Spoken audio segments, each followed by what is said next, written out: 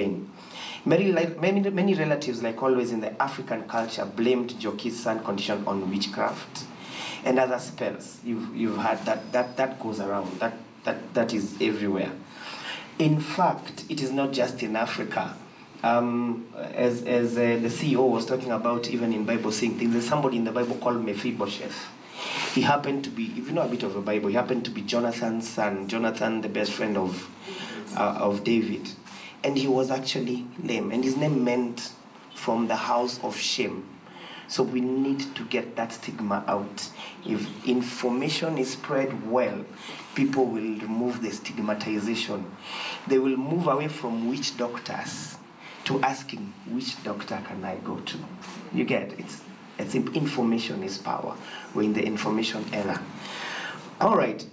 Moses grew with these unbearable conditions, and the mother was struggling to find a solution. Like I said, she thought it was, some people thought it was witchcraft, while some basically just told her to never contemplate conceiving another child unless she risks getting another deformed child.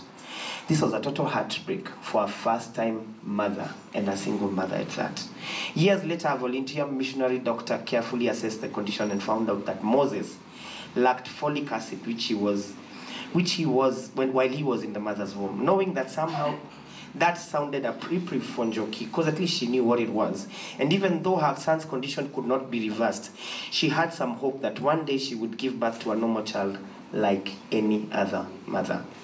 Distinguished guests, it is now 15 years in line, and Njoki has 2 more children who are healthy and fit as a fiddle, thanks to understanding the effects of lack of folic acid in mother's diet during pregnancy. If only Njoki knew this earlier, Moses would have now been living a normal life like any other person. This dark ordeal made me to associate myself with cure, to try and dissipate the mystery in many of these things that happen. And I discovered that when I stand as a musician, we are a source of, people come towards us for other factors, and whatever you say sells. What if I am able to sell information, be a go-between between the hospital and the clientele and the people we are looking for? Then the information displayed can be given. Like now when you say hydrocephalus, spina bifida, the local person will be like, what are those? What is going on? But if you demystify, if you tell the story somewhere, because there's somebody who told me you can tell my story wherever you go, so that other people can come out and have a feeling and realize their children are not necessarily disabled. They are differently abled. This is Mephibosheth, who was able to stand in line and represent a family that was living in fear. We have people like Stephen Hawking, who you would think they are disabled, yet they're one of the most brilliant scientists this world has ever known.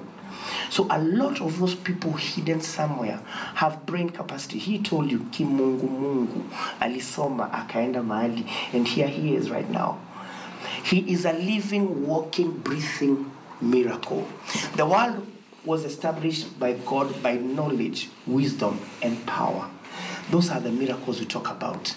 God does miracles through signs and wonders, and through doctors, through knowledge, through people with information, through the information that we can take. We are living in the days of an information bloom. When we take information places, people's eyes are opened. Is that fine? Okay, this is why I humbly urge you to support this cause with knowledge that health conditions in children can target any child despite of their background. We are all affected in one way or another. Maybe your own children, our relatives' children, our neighbors' children, or even children of your fellow Kenyans. Ladies and gentlemen, in every country in the world, maybe the sana in the developing countries, there's a statistic that was done in 2014.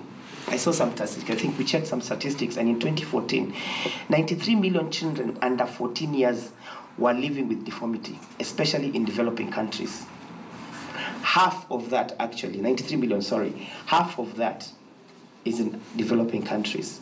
That is about, if it's 93 million, we're talking about 46.5 million. We are talking almost the population of Kenya has deformities in developing countries. Think the population of the whole country, Kenya. Think that is deformity in developing worlds. Think those are kids hidden. Somebody said 1 in every 10 people.